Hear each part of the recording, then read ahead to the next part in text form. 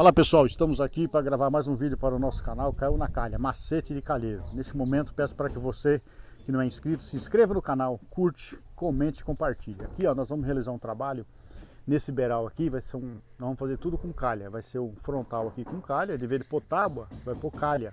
E aqui de vez de pôr forro, vai ser o forro de calha, de lata também, de aço galvanizado. E aí nós vamos fazer também o contrarrufo aqui. E conforme vamos fazendo, nós vamos mostrando para vocês como é que vai ficar esse serviço aqui. Vai ficar um serviço top, vocês vão ver como vai ficar e vai servir de ideia para muitas pessoas aí. Beleza, pessoal?